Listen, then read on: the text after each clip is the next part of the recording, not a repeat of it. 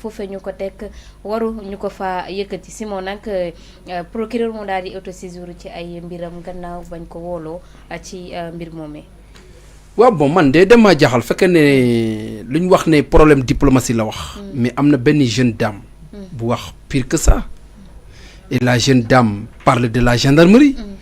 la jeune dame là fekkee ne Simon Pierre il n'a fait que commenter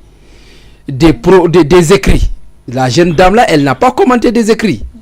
Elle a affirmé publiquement et elle est là. Vous imaginez?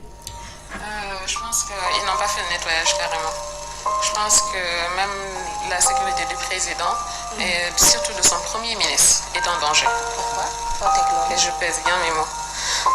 Parce que tout simplement, il y a des choses qui me sont arrivées. J'ai vu déjà des gens qui faisaient partie de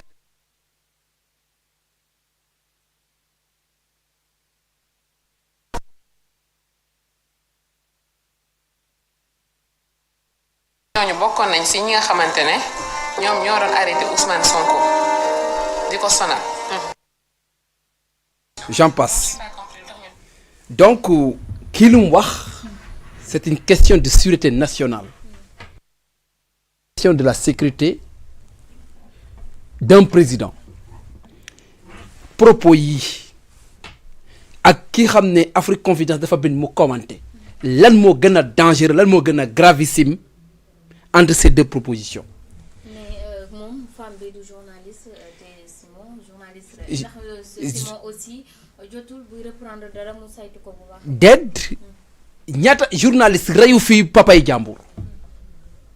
Barthélémy Dias journaliste reyu ko fii papam fii Walf lii jàkkaarloog Sénégalais yi journaliste waxut ne am na ministre peut-être de 8 milliards Pape Sané nekku fii. di dox qui commentait mais le commentaire est libre il n'a pas affirmé il a commenté comme tu as le droit de commenter comme j'ai le droit de commenter comme une autre personne a un droit de commenter si maintenant le conditionnel si et seulement si comme Adama Fall l'avait dit il paraîtrait ñu jàpp la tëj kaso nga commenter ñu jàpp la tëj kaso au moment où des gens qui soutiennent leur projet, qui sont des journalistes du projet, défendent le projet en disant des choses yo xamantene c'est peu orthodoxe, ñu bàyyi leen ñuy circuler,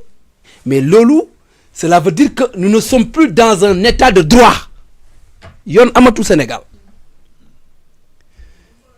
Pour doxal yoon, mais li bett ma ci Pastef. Ah oui. ñoo xamante bu ñu nekk ci nguur. dañ doon saaga fo Badio Camara mi soo nangu léegi ma teg vaar yi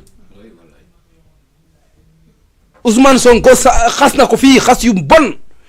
Ousmane Tounkara xas na ko fii Pape Alé Niang xas na ko vidéo yaa ngi nii non je paix à son âme waruñ dugg sax ci loolu mais pour vous dire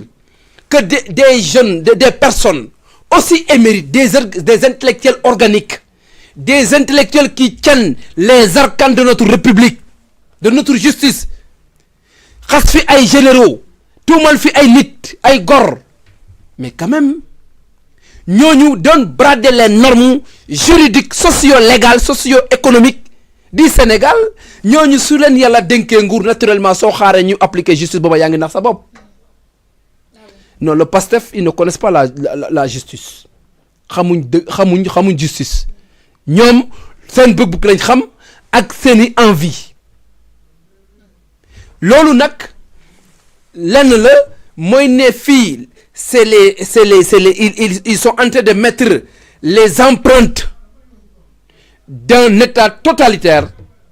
et dictatorial et les prémices sont reconnues et vues par tout le monde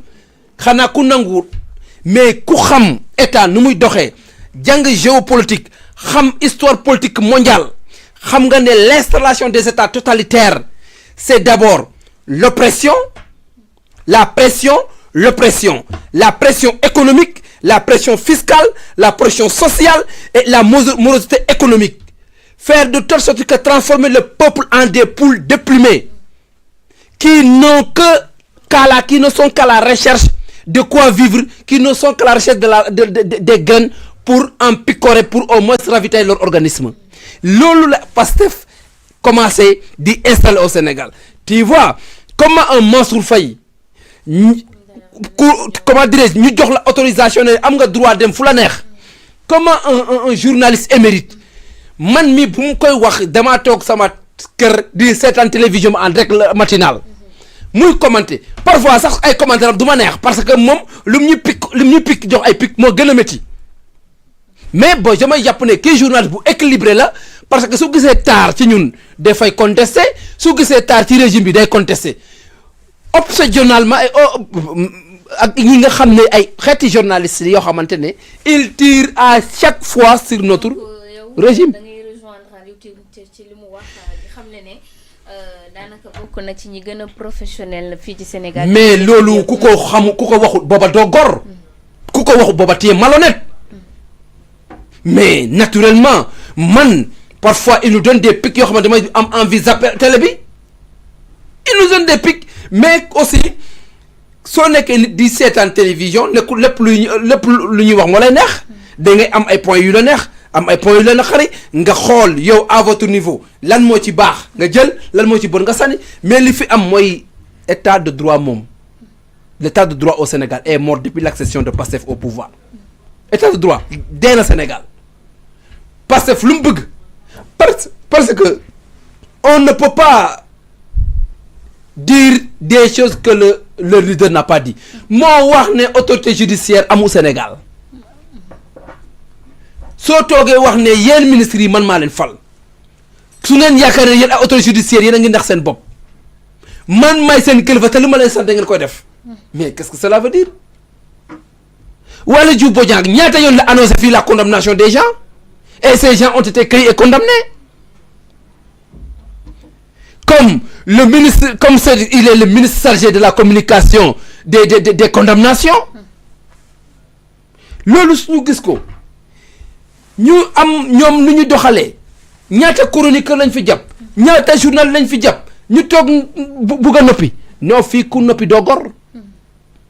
ku noppi te Pastef su yaakaaree ne mën nañoo noppaloo nit ñi oppression bi ak intimidation ça peut marcher au Sénégal non xoolal dañuy juum il se trompe xoolal tant qu'on aura l'occasion de pouvoir parler nous allons parler et nous allons le dévier et li nga xam ne moom loolu la ñu bëgg mënul nekk Sénégal droit suñ constitution mënuñ ko salfaañe suñu loi fondamentale liberté de circulation liberté d'expression liberté de ton non mënuñ ko tere commentaire dans quel pays au monde lay gis journaliste commenté ñu tëj ko mais fii nee nañ dafa laal wàllum diplomatie mais d'ailleurs sax ñu jàll ci ñu génn ci loolu moo di tey ndax jàpp nga ne vraiment le procureur maanaam di autosaisir ci ay mbir yi ndax du wàññi li nga xam ne ni moo di crédibilité bi mu amoon face au Sénégalais gis nañ ne bëri na ci muy autosaisir yoo xam ne nii war nañ ko xoolaat bu baax a baax. waaw xam nga procureur moom xam nit ñu ñëpp xam nañ ci lu mu dépendre donc affaire am man du ma bett procureur autosaisir ci waxi nit loolu nekkul lu ma bett man xam nga lu may betti mooy ne le juge bi nga xam ne mooy joxe dëgg nga xam ne à chaque fois man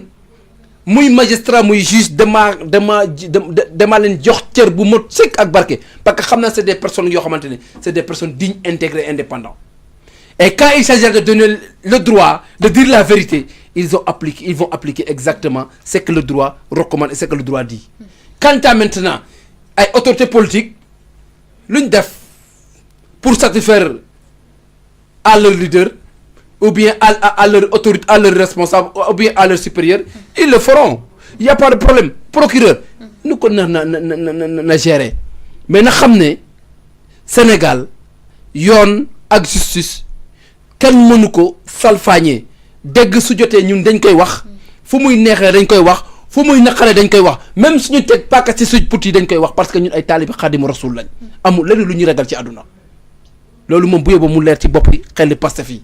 le reste nag wax dëgg neex yàlla nañ libérer Simon nañ ko bàyyi mu ñibbi parce que Simon sa place n'est pas la prison sa place amul garde à vue bi sax ça me fait très mal et ça me met très mal à l'aise vraiment ci journal bu toll mënoon na ñàkk Simon ku ko xam